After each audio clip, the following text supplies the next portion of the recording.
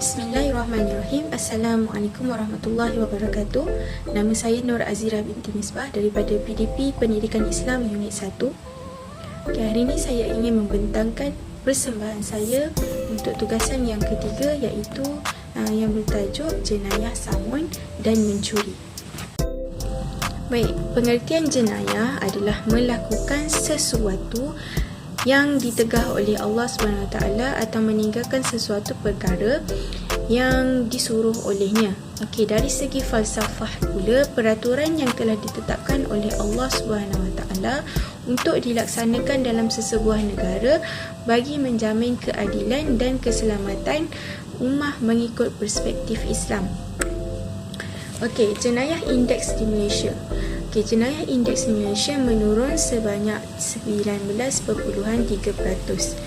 Jenayah indeks merupakan jenayah yang membabitkan kekerasan dan rampasan harta benda orang lain. Pada tahun 2021, jenayah indeks menurun sebanyak 19.3% dalam bilangan 57,974 berbanding pada tahun 2020 sebanyak 65,623. Pada tahun 2021, jenayah kekerasan menurun sebanyak 13.4% dan jenayah harta benda menurun sebanyak 20.8%. Itu adalah jenayah indeks di Malaysia. Seterusnya adalah pengertian samun. Samun adalah perbuatan mengambil barang milik orang lain dengan paksaan, kekerasan bahkan pembunuhan atas pemilik barang tersebut. Samun juga dikenali sebagai hirabah, iaitu perompak ataupun merompak.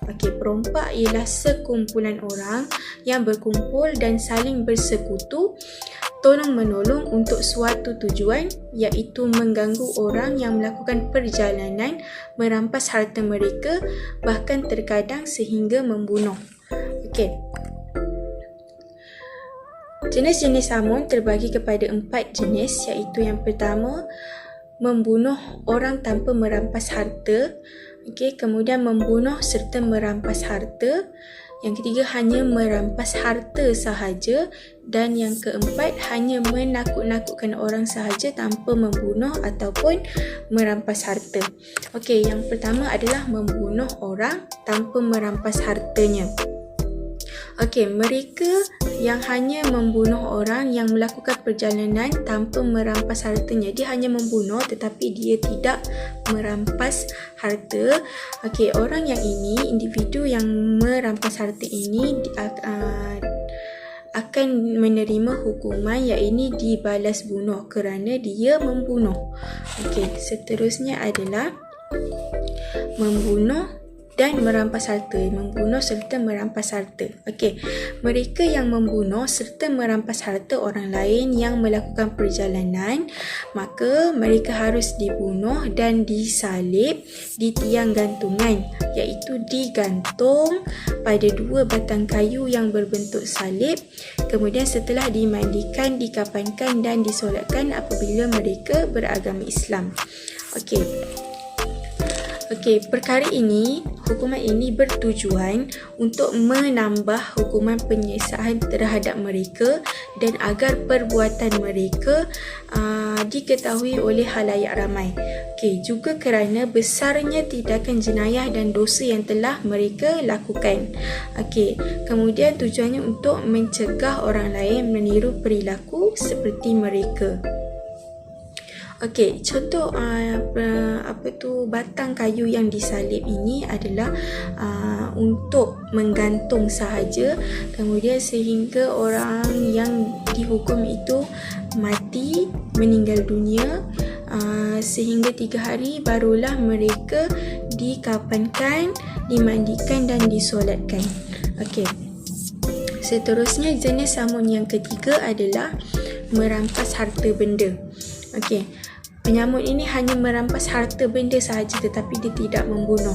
Apabila mereka hanya merampas harta benda dan tidak disertai tindakan pembunuhan, maka tangan dan kaki mereka hendaklah dipotong sehingga secara bersilang, iaitu apabila dipotong tangan kanan mestilah disertakan dengan kaki kiri. Ataupun jika mereka mengulangi kesalahan tersebut, mereka perlu dipotong tangan kiri dan bersilangnya adalah dipotong kaki kanan. Itu adalah untuk hukuman hanya merampas harta benda sahaja. Seterusnya, samun yang hanya menakut-nakutkan orang. Dia tidak mengambil harta, dia tidak membunuh. Mereka yang apabila mereka hanya menakut-nakutkan orang yang sedang dalam perjalanan tanpa merampas harta dan tidak membunuh, maka mereka perlu dihukumkan penjara ataupun takzir, ataupun mereka perlu dibuang daerah ataupun negeri. Untuk penjara, hukuman penjara ini dilakukan sampai timbul rasa taubat, sehingga individu yang melakukan samun itu berasa taubat dan penyesalan dari diri mereka dan keadaan mereka telah menjadi baik, agar keamanan masyarakat tidak terganggu oleh mereka lagi. Bila mereka dah bertaubat, barulah mereka boleh dilepaskan daripada penjara. Seterusnya, dalil firman Allah Ta'ala daripada surah Al-Ma'idah ayat 33 yang bermaksud, hanya balasan orang-orang yang memerangi Allah dan Rasulnya serta melakukan bencana kerosakan di muka bumi ialah dibalas bunuh. Yang ini kalau mereka membunuh sahaja dengan tidak merampas, atau dipalang, yang ini kalau mereka membunuh dan merampas, atau dipotong tangan dan kaki mereka secara bersilang, yang ini kalau mereka merampas sahaja, atau dibuang negeri kalau mereka hanya mengganggu ketenteraman umum. Hukuman yang demikian itu adalah suatu kehinaan di dunia bagi mereka, dan di akhirat kelak mereka boleh beroleh azab siksa yang amat besar. Itu adalah firman Allah mengenai orang yang membuat jenayah. Seterusnya, ini adalah contoh jenayah samun di Malaysia.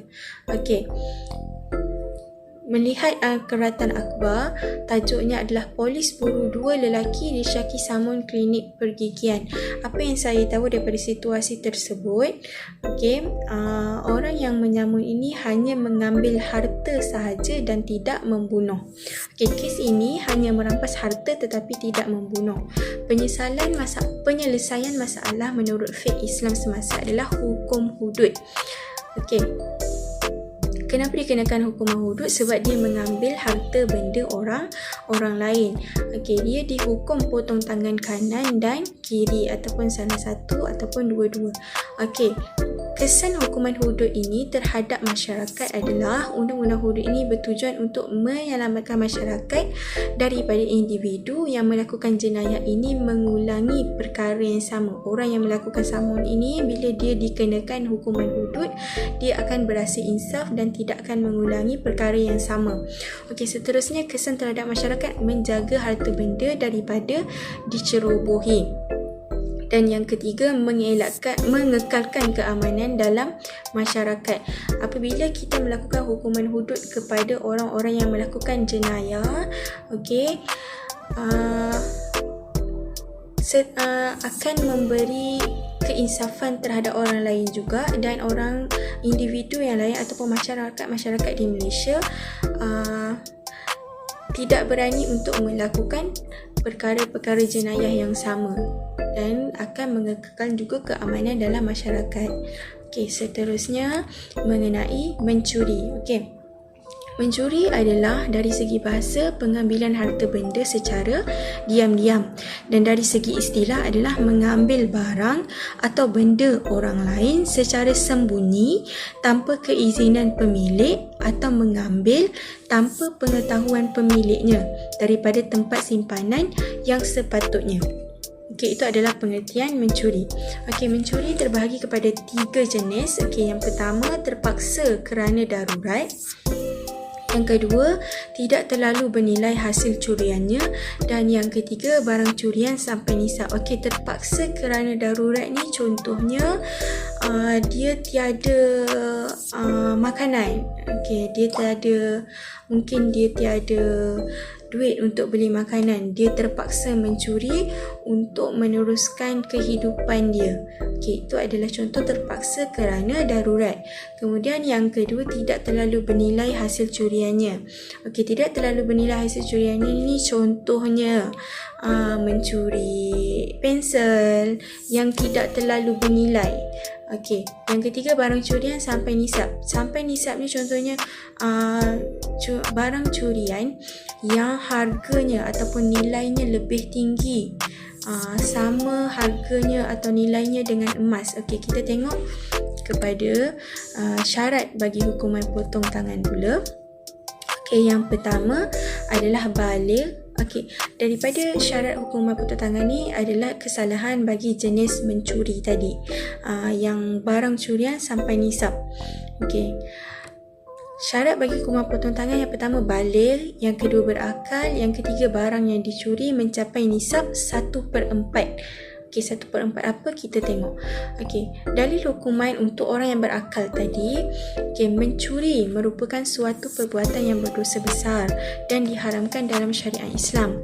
Allah Subhanahu Wa Taala telah menegah dan menetapkan hukuman had bagi kesalahan mencuri sebagaimana firman Allah Subhanahu Wa Taala yang bermaksud, adapun orang laki-laki maupun perempuan yang mencuri, potonglah tangan keduanya sebagai balasan atas perbuatan yang mereka lakukan dan sebagai siksaan dari Allah, dan Allah Maha Berkuasa lagi Maha Bijaksana. Daripada surah Al-Maidah ayat 38.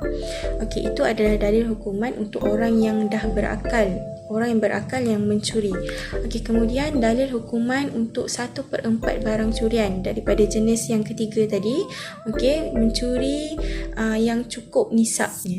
Okey, Imam Bukhari dan Muslim, dan ini adalah riwayat Muslim dari Aisyah radhiyallahu anha, bahawasanya Rasulullah sallallahu alaihi wasallam bersabda, tangan seorang pencuri tidak dipotong kecuali barang yang dicuri bernilai 1/4 dinar ataupun lebih. Maksudnya dia kena lebih daripada 1/4 dinar nilai barang curian itu. Okey, contoh kiraannya.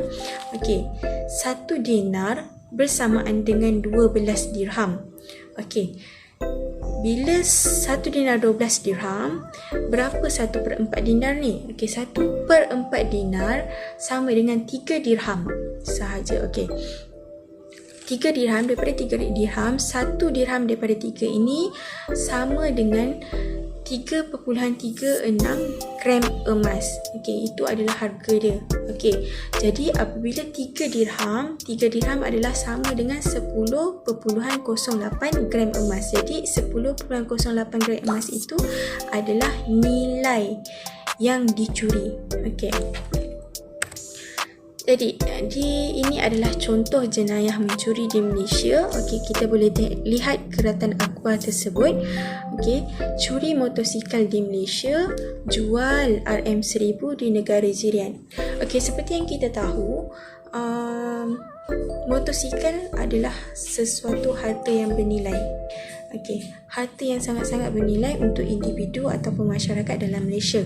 Ini kerana motosikal adalah aset dalam aset setiap orang.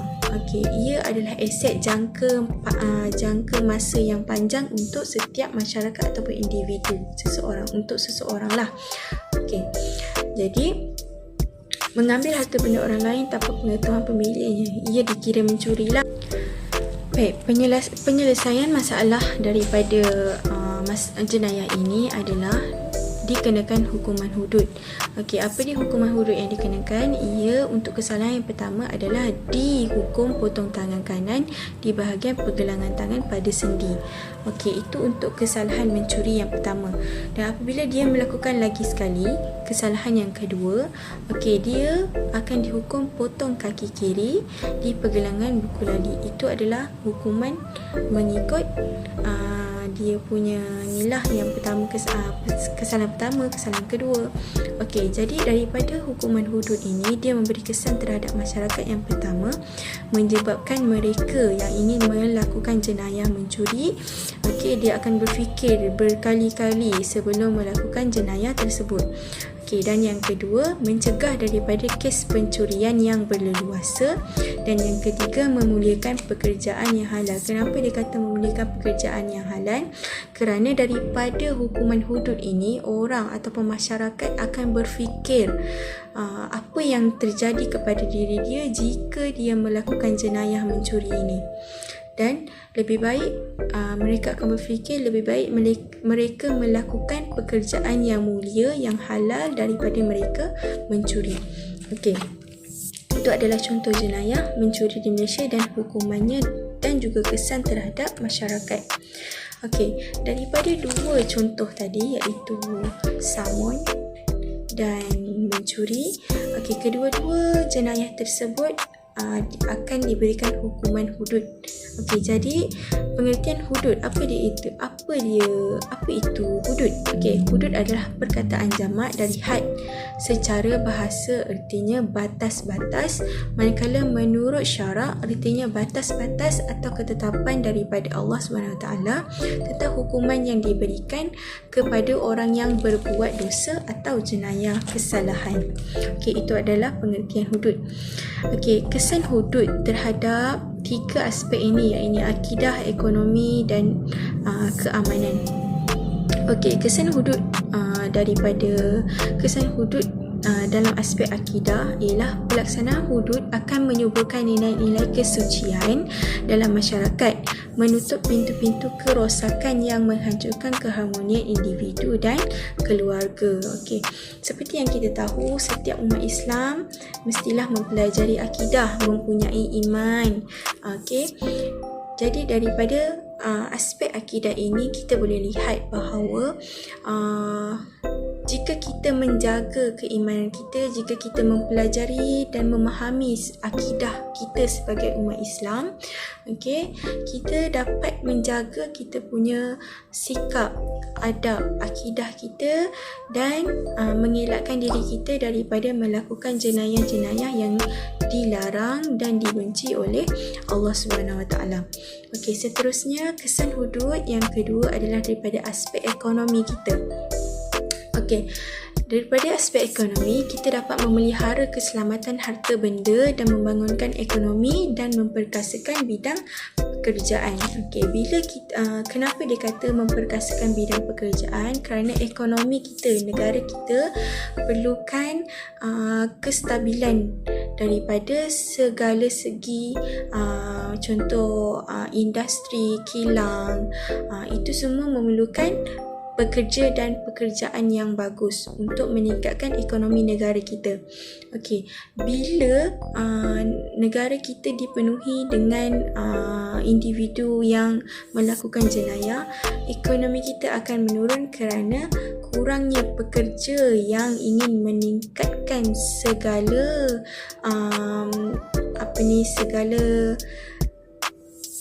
segala pekerjaan yang meningkatkan ekonomi.